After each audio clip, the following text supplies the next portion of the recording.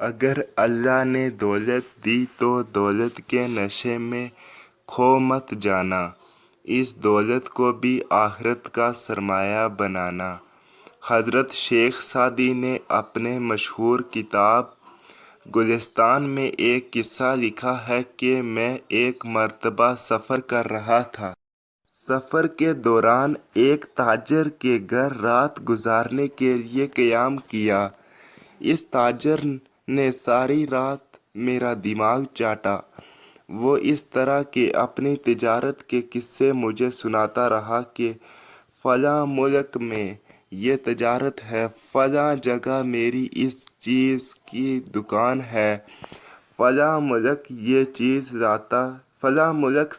چیز لاتا ہوں تو فلاں سے وہ چیز۔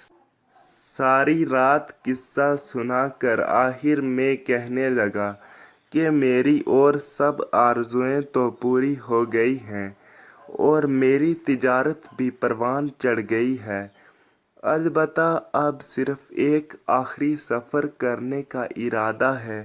آپ دعا کریں کہ میرا وہ سفر کامیاب ہو جائے تو پھر اس کے بعد قناعت کی زندگی اختیار کر لوں گا اور بقیہ زندگی اپنی دکان پر بیٹھ کر گزاروں گا۔ شیخ سعدی نے پوچھا کہ وہ کیسا سفر ہے؟ اس تاجر نے جواب دیا کہ میں یہاں سے فارسی گندک لے کر چین جاؤں گا۔ اس لیے میں نے سنا ہے کہ وہ چین میں بہت زیادہ قیمت پر فروخت ہو جاتی ہے۔ پھر چین سے چینی برتن لے کر روم میں فروخت کروں گا، وہاں سے رومی کپڑا لے کر ہندوستان میں فروخت کروں گا اور پھر ہندوستان سے فولاد خرید کر حلب شام میں لے جا کر فروخت کروں گا، حلب سے شیشہ خرید کر یمن میں فروخت کروں گا، پھر وہاں سے یمنی چادر لے کر فارس آ جاؤں گا۔ غرض یہ کہ اس نے ساری دنیا کے سفر کا منصوبہ بنا لیا اور شیخ سعدی سے رحمۃ اللہ سے کہا کہ بس اس ایک آخری سفر کا ارادہ ہے، اس لیے آپ دعا کریں کہ اس کے بعد میں قناعت سے اپنی دکان پر بقیہ زندگی گزاروں گا۔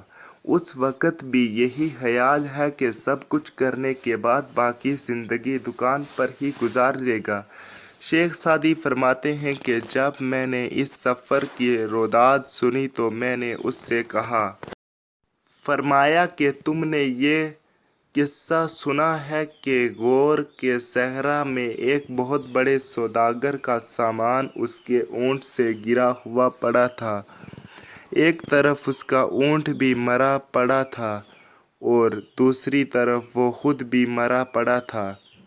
اس کا وہ سامان زبان حال سے یہ کہہ رہا تھا کہ دنیا دار کی تنگ نگاہ یا تو قناعت پر پر کر سکتی ہے یا قبر کی مٹی پر کر سکتی ہے، اس کے پر کرنے کا کوئی تیسرا طریقہ نہیں ہے۔ یہ واقعہ بیان کرنے کے بعد شیخ سعدی رحمۃ اللہ بیان فرماتے ہیں کہ جب دنیا انسان کے اوپر مسلط ہو جاتی ہے تو پھر اس کی کسی اور چیز کا خیال بھی نہیں آتا۔ یہ ہے دنیا کی محبت جس سے منع کیا گیا ہے۔ اگر یہ محبت نہ ہو تو پھر حق تعالیٰ اپنی رحمت سے مال دے دے اور اس کے ساتھ دل اٹکا ہوا نہ ہو اور وہ مال حق تعالیٰ کی پیروی میں رکاوٹ نہ بنے اور وہ مال شریعت کے احکام بجا لانے میں صرف ہو اور اس کے ذریعے انسان جنت کمائے تو وہ مال دنیا نہیں ہے، وہ مال بھی آخرت کا سامان ہے۔ لیکن اگر اس مال کے ذریعے آخرت کے راستے میں رکاوٹ پیدا ہو گئی تو وہ دنیا ہے جس سے روکا گیا ہے۔ تو دوستو، یہ واقعہ شیخ سعدی رحمۃ اللہ علیہ کا کیسا لگا آپ کو؟ امید ہے کہ اچھا لگا ہوگا۔ تو ایسے ہی واقعات کے لیے میرے اس channel motivational stories and tips کو سبسکرائب اور ویڈیو کو لائک کر دیں۔